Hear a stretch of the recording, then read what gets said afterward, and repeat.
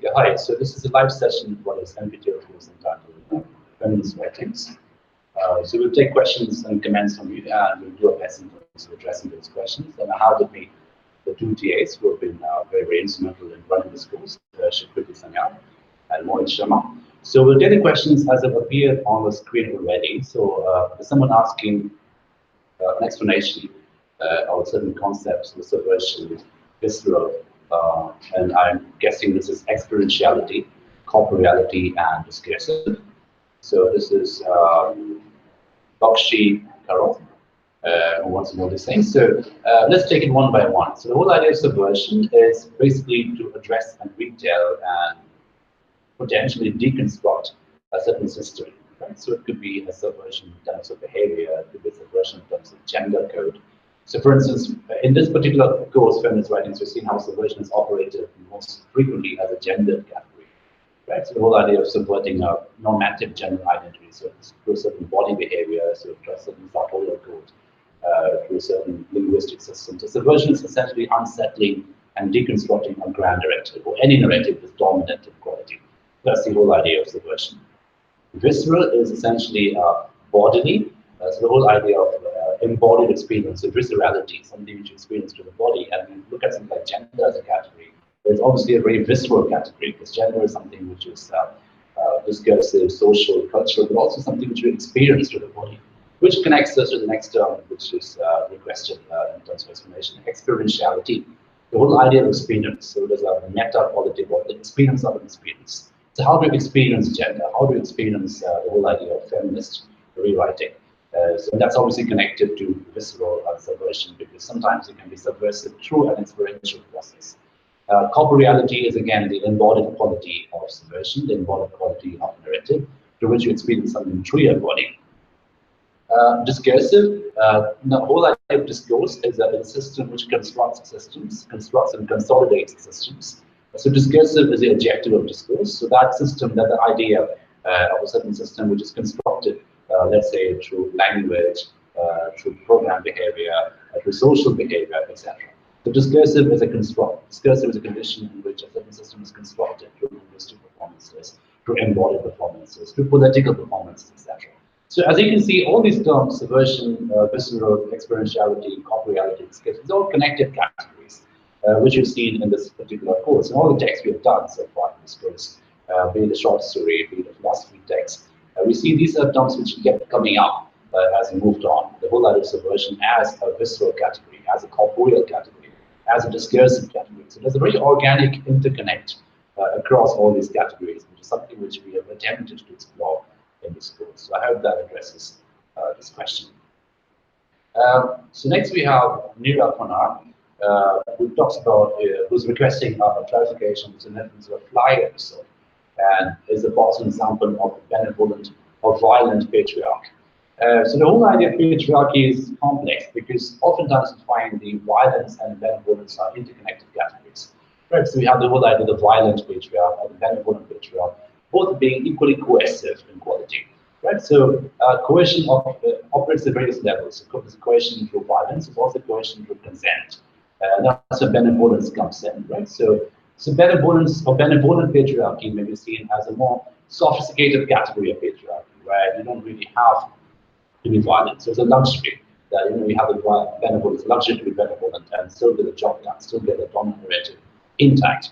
So in terms of the fly episode in this story, obviously it's a very sadomasochistic episode where it's an episode of torture essentially, where the boss is essentially dropping lots of ink on the fly, but also there is a degree of projection of the ego in that particular episode. Because in a way, the boss is a torturer, someone who's torturing the fly, but also is someone who wants the fly to win, who wants the fly to escape from the situation.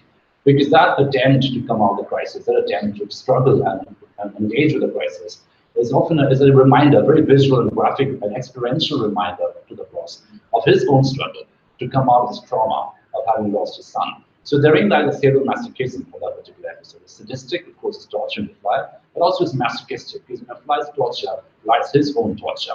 Right? So in that sense, a very complex psychological episode, which is portrayed by Master in that little section at the end of the story. And of course, the boss is an example of benevolent patriarch as well as the violent patriarchy. The violence is very palpable in that particular episode, and benevolence is very palpable at the beginning of the story, when he's trying to be very patronizing and superior, in contrast to Woodfield giving him whiskey, giving patronizing advice about how men know better than women, etc. And that, of course, is a more sophisticated form of patriarchy, where the violence is very covert inequality. Because violent patriarchy is very overt oppression, very overt domination. It's easy to address that. But benevolent patriarchy is more covert, and more sophisticated, and more complex form of domination and control. So I hope that addresses that question. The pattern of the final exam, this is Gitanjali Mahajan, was requesting the elaboration of the pattern of the final examination. So as you know by now, there are two sections essentially in the final exam. One objective, which is essentially an MCQ-based section, and there will also be a subjective section where we have not essay type, but sort of longish questions, let's say of 50 words, 100 words answer, which will explain, which will require you to unpack a certain episode. So it could be, for instance, we could just talk about the fly. Let's say a question on the fly episode and the psychological relevance of that particular episode, apropos of the entire traumatic landscape in which that story inhabits. So, that's the section, the section B in the question paper, which requires you to write a little bit. Because the whole point of having an English or culture studies course is also seeing how do you grapple or engage with concepts using language. And not just with MCQs or one-word answers, but also how you put that in words and language in terms of engaging with concepts, complex concepts. In the case of fly, with the concept of psychological trauma, word war, etc. How do you put that in words? So therein lies a test. Therein lies a relevance to that particular episode in the question paper.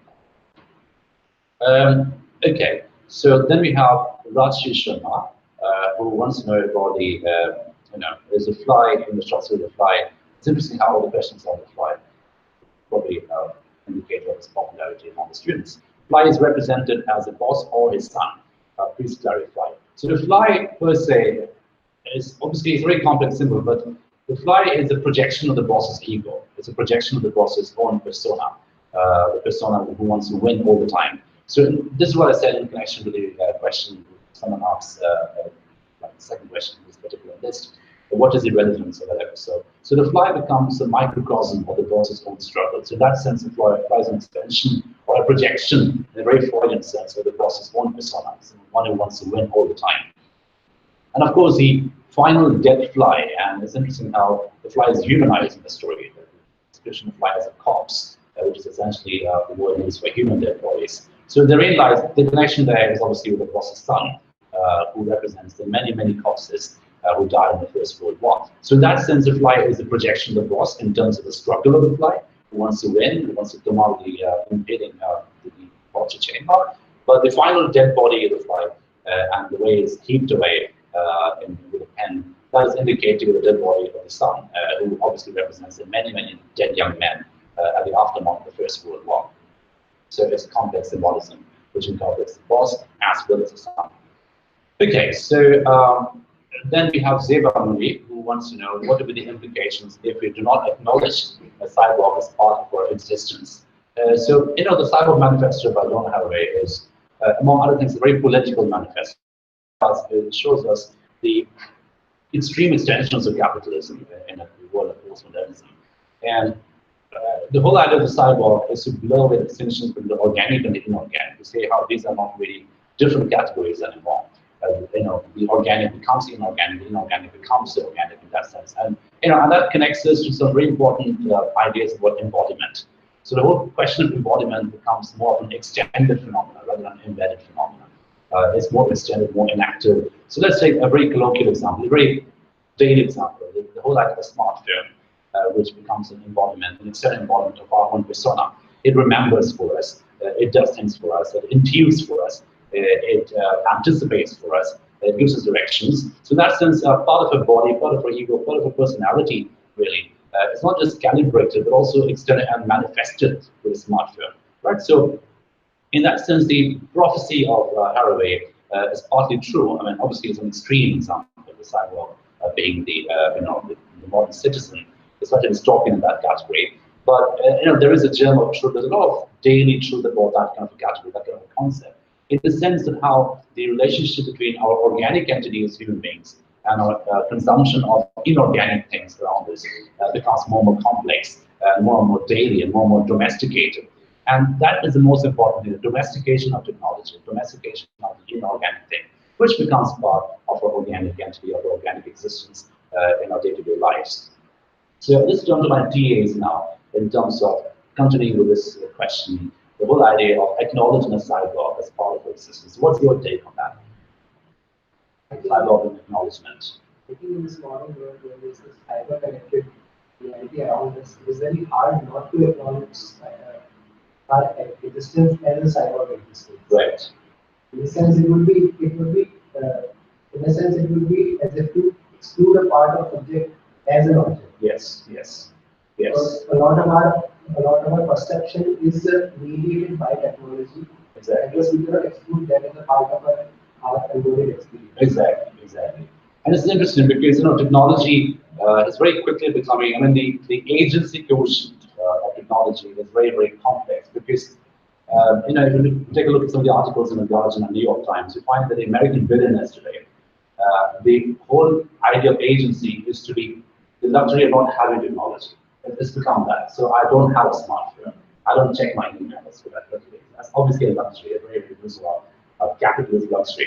The whole question of technology and agency is very complex. So on the one hand, technology is empowering, but the luxury of not having technology, that is obviously a very hyper-capitalist kind of thing. So I think the acknowledgement, it's a very good question. The acknowledgement of the cyborg as part of our existence is a very, very daily phenomenon, and not acknowledging it, they often comes to a luxury quotient, which is obviously connected to complex questions around agency.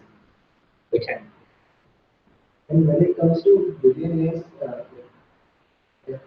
excluding the cyber experience as a part of this objectivity is a very deliberate intervention. Yes. While on the other hand, we cannot, in normal reality, we cannot ignore the fact that that technology includes the part of our everyday reality, shapes it, as well as it shapes our perception of it. Exactly. So that way, not acknowledging it will be to exclude that reality from our everyday experience. Exactly, exactly. And that in a sense will become a form of hyper-reality in its own right. Not acknowledging technology, it becomes hyper-reality. That's a very interesting retelling of the hyper-real condition of the thought. Yeah, very, very interesting. What do you think of, let's say, this question on the idea of the flight episode? What was your take on that episode in terms of the broad backdrop of the First World War? What do you think about this? Yeah, so the flight episode, again, as you said, it reflects the boss's ego as well as we could say that it portrays the son's character or the youth, young soldiers during that time who were forced to be a part of the war. Most of the time it was not voluntary for them to sign up, or even if it was there. So how war shaped masculinity in a way and patriarchal qualities in certain ways. But when you see the photograph of the son, that he's stiff and he is not that happy or the cheerful kind of boy that we would expect him. So how that war shapes a young boy turns him into a man, and is this sort of toxic or hyper masculine characteristics is adopted by him. And so if we see the fly episode of the fly as a manifestation of the sun, we can again see how the boss expects his son to do well. Maybe that's why he's dropping ink, blobs of ink over him, and expecting him to rise over that material circumstances. But the fact that he's not able to is again comes as a shock or disappointment that the boss might share as a father also about his son. But we don't know about that episode, whether he was very happy or not. We know that his son was the heir to his name and family, his fortune, but we also don't know what their interpersonal relationship was. And so we know that he is trying to lament, or there's this cathartic sort of situation that's going developing. But we could also see this as a son. We could see that the life is a manifestation of any youth shaped by war, and how they're constantly, attacked by violence, external violence, and what it does to their manhood. Exactly, and it's very interesting to talk about the whole idea of mourning and masculinity, because if you look at the story, interestingly, we find that the ability to mourn, which is stereotypically a non-masculine category, over here becomes the masculine category, because the boss is actually boasting of the fact that he can mourn at will, anytime. So it doesn't matter how many years have passed, it doesn't matter if other people have lived and lost time, but he, as a boss, will always be able to mourn.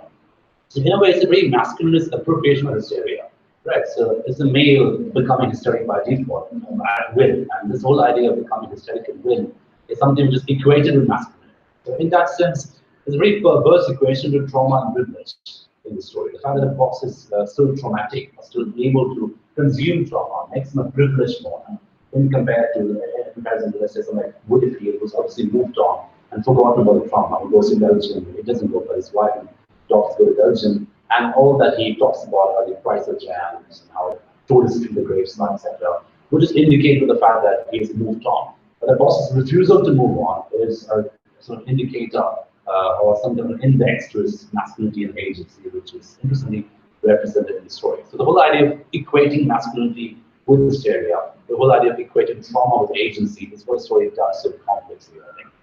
Right. Okay, so we have Shiroshi Datta, who wants to an explanation of Freud's theory on psychology of the war victims. So, one of the earliest works of Freud was obviously on war trauma, and interestingly, Freud became important in British psychology, or sort of in a way European psychology, post First World War. So, in order to answer this question, we need to have a certain historical background to the history of psychiatry. Because prior to the First World War, no one really took Freud seriously. I mean, he was seen as this Jewish pseudoscientist working with a very wealthy Viennese clientele who were very bourgeois character. But post First World War, when the whole event of shell shock happened, the whole incident of shell shock happened, and when British psychiatry, which is very materialist at that point in time, which relied on electric shock and confinement, was found wanting, spectacularly wanting in terms of addressing the shell shock victims, that's where Freud came in, or the entire Freud and psychoanalysis came in terms of looking at the subconscious, in terms of looking at dreams, in terms of looking at the narratives of the subconscious in a way. So the reason why we look at Freud, even though most of the theories are refuted, the reason why he's still relevant to us, especially in literature and literary studies, is because he was the first psychologist in that sense who sort of listened to narratives, who get a lot of relevance to narratives. How do you tell stories about the subconscious? The whole idea of narrating a dream, the whole idea of making a plot out of a psychological experience. And that's something which Freud sort of propagated and studied, and he obviously has disciples in England, and psychoanalysis became a big thing post First World War. In terms of the theory of psychology on war victims, the whole idea of repression is very important. The whole idea of traumatic repression, traumatic repetition. Because the whole basic quality of trauma in Freud's study is a repetitive quality of trauma. It can come back anytime. So it can come back to triggers, it can come back to revisits, it can come back to dreams. So repetition and repression become not just, they don't really operate as oppositional categories in Freud's psychology and trauma. They actually operate as extended categories, one supplement the other in that sense. So Freud became very important because he was someone who was looking into the mind, and the dreams, and the conscious, into how one narrates the subconscious. It's a very famous story of Freud. There are two stories that are relevant over here. One is Freud telling someone, imagine yourself in a moving train, looking out of the window, and tell me everything you look out of the window. So in a way, tell me about your moving experiences, right? So the whole idea of moving experiences which move you, put that in words, put that in language, and tell me about it. So the whole idea of Freudian therapy was reliant on narratives, on consuming narratives, constructing and consuming narratives. And secondly, it was a degree of embarrassment in Freud and also in psychoanalysis in terms of how close it is to literature. Because at one point Freud says that I'm actually almost ashamed that my case histories almost read like short stories. In other words, they're not scientific enough. They read like short stories, they read like literary fiction, etc. But that's exactly why it's important for us today. It's exactly why the whole alliance between psychoanalysis and literature was such a big thing, and that's the reason why we do things such as medical humanities, we do things such as psychology and medicine literature. And the interface was something which was first explored by Freud. So in that sense, the Freudian theory on psychology and war victims is very relevant for us in literary studies. What is your take on that? So I think the biggest distinction that Freud got with him was before him, mental illness was considered a brain problem, like an organic view of mental illness, which had this, which was based by medical and scientific research. And when Freud talked about the subconscious and the repressed memories, so he therefore connected mental illness to the surrounding, the environmental issues and surrounding and interpersonal relations. So all this which was overlooked previously. So he brought these entirely new dimensions. And even when he's talking about brain, the subconscious and the unconscious, so the repressed emotions, so all these were very new concepts that were brought in. So which was, I think, even in America, he was not accepted as as a doctor. So he was a quack or exactly. So yeah, so it took, but then First World War and also Second World War, I believe, then Freud's theories became popular, and he was more appealing to the middle class, upper class patients who could afford that kind of treatment because psychoanalysis was expensive. And it did not really cater to the very severely mentally ill, like the psychosis patients who were catatonic or in the hospital, comatose or something. So it did not cater to those kind of patients. So in a way that was problematic. But otherwise, the neurotic patients or patients suffering from depression, hysteria mostly, most of his case studies are on hysteria. So it's supposed to bring a entirely different perspective in this event. So yeah, it did again, it became very popular, but then again around the 1980s, the popularity slowly started to diminish because of these reasons, like who can afford psychoanalysis, and for which kind of illnesses is it pertinent, and for which kind of it's very interesting because of the whole idea, the whole one of the criticisms against psychoanalysis is a very privileged kind of thing. You have certain more luxury, societal, financial, etc., in order to acquire that kind of treatment, right? And also, Freud's relationship with military medicine is very complex because shell shock obviously was a big thing in the First World War. But it wasn't until the Vietnam War when it was properly classified as PTSD, post-traumatic stress disorder, as we know it today. And military medicine today, I mean, it does rely on trauma. It does look at trauma as a pathology, as something which is treated. But it sort of moved to a very consciously Freud and psychoanalysis in that sense, which has remained in a certain sense, as you just pointed out, a very middle-class, bourgeois, privileged kind of medicine and treatment, cultural treatment. Which still big. This whole idea of talk therapy, this whole idea of speaking out as a conscious to a therapist who listen to you and offer you advice as a counselor is something which is not really seen, strictly speaking, as medical in the military sense or in a psychiatric sense. So that way, it's very complex and ambivalent implications psychoanalysis has in modern medicine. But obviously, we can't deny the relevance it had in the war. The paradigm shift, as you very correctly pointed out, in terms of looking at the conscious, in terms of looking at it as a human mind, not just as a neural network, but also as something more than that. Right? As a mind being different from the brain, for instance, the materialist brain, not being entirely the human mind, is more complex. There's emotive category, there's empathic category, those categories become more interesting and complex. I think one more point you can make about this is that, like Sweetie said, that it brought the science of psychology out of this empirical standpoint, and it brought forth the idea that the psychological movements happening in the brain can be affected by the social changes in the social realities of family and society happening around you. And in that way, it brought psychology, social sciences, and human humanities together. Absolutely. Where they could also approach and investigate the psychological issues as being relevant to and caused by the social movements and cultural movements happening around. Exactly. So in other words, the whole idea of cultural apparatus defining how you think. So the whole idea of inside and outside, lower way. So it's not just something that's embedded in the brain, but also something that's equally informed by how you consume reality around you, how you consume culture around you. So the cultural conditioning being a very important factor, and that's what psychoanalysis first systematized in a very, very interesting way. Okay, so we have another question by from Amrita Chaudhary, who wants to know the relationship between collective memory and literature. And this is, of course, a very, very germane question, not just in terms of feminist literature, but also about any relationship in literature, history, and memory. And we just talked about First World War, we just talked about Second World War. So if you just take a look at the Holocaust literature, which is an obvious point of reference for a question like this, the whole idea of collective memory and literature.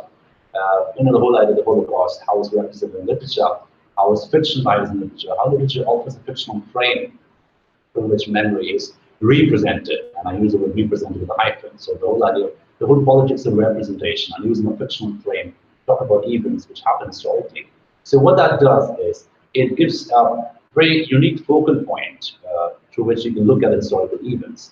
And fiction, the whole idea of fiction as something between fantasy and reality is very, very complex. It's not something that's completely fantastic. It's not something that's completely real. And that liminal location of fiction between fantasy and reality is what gives a very, very unique frame, unique reference point to look at collective memory, whether it's memory of loss, whether it's memory of political memory, let's say something like partition in our country. How do you remember those events? How do you represent those events through the lens of literature?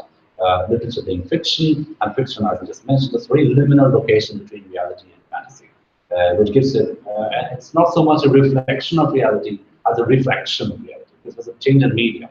Right, so I use the word refraction in a very scientific sense, where there's a pendant light, it passes from one medium to another medium. Right, so we have literature as something which does this refraction quite well. It's not authentic. It's not really a complete reflection of what really happened, but it's a combination of what really happened and perhaps what could have happened and perhaps what should have happened. All this very complex combination with different categories of existence, with different categories of events and eventualities, is what makes literature very interesting as a discipline, as a lens to look at collective memory. What does that tell you? I think collective memory also is important in the sense that it a different sense of each Italian, each individual from that particular culture or group of people, and that interacts with the individual memory. In that it takes out a different kind of narrative each time it interacts. For example, when we take a text like mouse, yes, and then we see that the narrator asks the woman who's interacting with his father, and it's his father's memory, his father's collective memory, interacting with his own personal memory. Exactly. That is leading to a narrative which we see there. And it is like richly textured, in which his own experience of his family and how the experience of war shaped his father and how that affected his own personal life, his family, his interactions with his mother. And that leads to a very nuanced experience of interpersonal experience as well as a private experience as a person, which an experience can affect you even from a distance. Right. For example, World War II happened, affected his father but not him. Yeah. Even though he can experience its effects reverberating in his life. Yeah. Like decades down the line. Yeah, exactly. The very famous scene where he's taking a shot and suddenly remembers that this is probably one of those acid shots in the concentration camp, which he never experienced, like I said, but he consumed the stories. And the whole idea of remembering something which never happened to you, but which was told to you through a story, and that becomes an embodied experiential thing. Something which that particular novel, Mouse by Aspiration, does really well. So yes, literature is a very effective lens to look at collective memory, and also to represent collective memory through a reflection of reality by combining different perspectives. Things which happened, things which could have happened, things which should have happened, all combined together into one very interesting entanglement of possibilities, which is produced by literature. So in that sense, we can look at literature as a production of possibilities. Right? So things which really took place and things which could have taken place, and that makes it more nuanced, more said, as a representation medium for collective memory. So quickly, what is your take on this? So I think the idea of collective memory can be also related to the collective consciousness that we build, and again we talk about identity and the different. So when we talk, let's take any movement, feminist movement when you talk about feminist theory here. So even when we talk about the collective experiences of women and the hardships and the discrimination that they face, and the kind of consciousness that is raised through grassroots level movements as well as literature, through writing, fictional as well as non-fictional writing. So I think all this is very important to shape that identity, no matter how fragmented that identity is. We cannot take identity as a stable category. So when we are taking literature, even from the perspective of the author or the perspective of the reader, how we connect to text and how we make meaning to what we are reading, I think is also very much related to that memory and then consciousness that absolutely.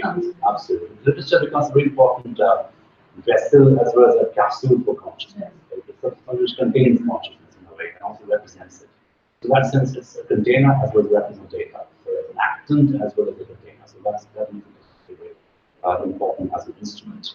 And literature is also a medium in which collective memory can be analyzed in a rather sober manner. Because if there are other mediums in which collective memory almost takes over an individual's consciousness. Yes. Like the way we see films, the way other mediums, who have a great reach, immediate reach towards masses. Yes. And in that way, literature offers us a good medium to actually investigate the effects of collective memory on masses, and to see how it operates in different ways on different groups of people. Exactly, exactly. So in that sense, literature becomes both an effective instrument as well as an affective instrument. It's a container of affect. Affect being emotive categories, whether it's fear, or emotion, or desire, or paranoia. So it becomes a very important instrument to talk about affect, which is consumed collectively and also contained collectively. So yeah. Now we have Gitanjali Mahajan, who wants to an elaboration on the aspirations of upward mobility of the characters in the story Tickets Please. There's a page-long Lawrence short story Tickets Please, which talks about, again, it's a post-First World War story, where we see women entering the public space and becoming tram conductors. And also the idea of class is very important as in most stories. So the First World War in England, and how class is manifested in the linguistic category, how people speak in different situations. But the question of aspiration and upward mobility is important, because if you take a look at the female protagonist in that story, and how her relationship with the male inspector is very, very class conscious, and the male inspector dresses up as a gentleman, or obviously aspires to be a gentleman, wearing some kind of sartorial signifiers, and her relationship with the inspector is obviously one of an aspiration, and she wants to marry, we are told, and she obviously is symptomatic of the condition of a woman at that time. The whole idea of marriage being a movement towards an upper class sort of category is something which that story represents in a very subtle way. Especially in that section in the story of the fairground. If you remember the fairground section, which becomes a very important complex psychological situation where things go just open up completely in terms of the market space, where licenses are taken, allowances are made, sexually, socially, etc. But in that particular fairground scene, we have all these aspirations, very neat, linear, narrative aspirations, giving way to more psychological and emotional and erotic fantasies. And that disturbs the story's narrative, because prior to that, we have the relationship with the female protagonist and the inspector as being very guarded, and obviously which catered to, which corresponded to the whole idea of aspiration and mobility. But that fairground scene, this very ludic space, it becomes very anarchic very, very quickly. That does away with the aspiration, that does away with the whole containment of upward mobility thing, which then leads on to the final violence scene in that story. But what was your take on that story in terms of looking at how class gets so embedded in a narrative takes place? I think we see here that different people on their own trajectory of upward class mobility find themselves in conflict. Yeah. But we see that since from the very first thing we see the effects of World War, where able-bodied men are not to be found, and then this has allowed women to a lot of freedom, a lot of agency, and that they have taken up jobs which require a lot of work, which require a lot of labor, and that leads to the transformation as the agentic means. And in that we see these tank conductors, women tank conductors, operating themselves and gaining a lot of freedom, and as well as aspiring for upward mobility. And on the other hand, we see a character like Joseph Weber, who at the same time is also inhabiting that space and is trying his own machinations to get upward on the social level. And both are trying to do that through different means. When we see John Joseph's attempts in his ways to present himself, in his way to present himself as a person from the upper class, and to assert his dominance over the female conductors and the people who are supposedly underneath him. And we see the expectations of women conductors through getting independence through jobs, and asserting, as you said, in the spaces like fairground, which allows them to express their own desires, sexuality, and everything. And also through standard traditional methods like marriage. And here we see that these desires come in conflict when like one desire one person's desire for upward mobility comes at the expense of the operation of another. Exactly. And it also assumes a gender conflict Exactly. And as I mentioned while reading the story in the course, I was very interestingly resonant with some of the concerns we have with the Me Too movement, like harassment in the workplace, gender inequality, treatment of women, and exploitation of women, especially from a position of privilege and power. That story interestingly is very, very dialogic with some of the current trends we're seeing post Me Too movement. So Neera Kona has just thanked us for clarifying our queries. So that's good to know that will be helpful. So I thank my TAs for that as well. And Anindra Chaudhary asked a question in connection to a previous question, and that is, can collective memory be connected with autobiographies? Yes, but also not necessarily. Right? An autobiography is more of a personal rendition of a particular memory, which can be collected in quality. Right? So, for instance, you have let's say, a survivor from the Holocaust, writing about his or her experiences at the concentration camp, Auschwitz. Now that can be, obviously that's very personal and autobiographical, but that can also extend into a more collective memory, a more collective phenomenon. So the answer to that question is yes, but not necessarily. So collective memory may or may not be connected to autobiographism, but definitely are a way, are a particular instrument which memory can be represented, either in fiction or through a more authentic depiction of reality. And then we have Lena Vell, who's thanking us for explaining the concepts and queries that are raised in this particular forum. So I think with that, on that sweet, nice, positive note, we can bring this session to an end. Thank you again for all your questions, and if you have, and then Gitanjali Mahajan thanking us again for enjoying the course. Wonderfully done. Thank you very much. So I think we take a moment to take pride. I'm very, very glad that this has been so helpful to you. And you know, I hope you take something out of this in terms of carrying on the research, connecting with some of the existing research you're already doing. But feel free to write in the forum if you have any more queries. I'm very happy to engage with us in the times to come. But it's very, very helpful to know and very, very fulfilling and positive to know that you've enjoyed this course and have taken some progress out of it. And like I said, I owe a lot of this to my TAs, Shukri Sanyal and Mohit Sharma, who are really instrumental in terms of the proper running and administration of this particular course. So I think with that, we can bring the session to an end. Thank you for your questions, thank you for your concerns, and please carry on with the interactions in the times to come. Thank you very much.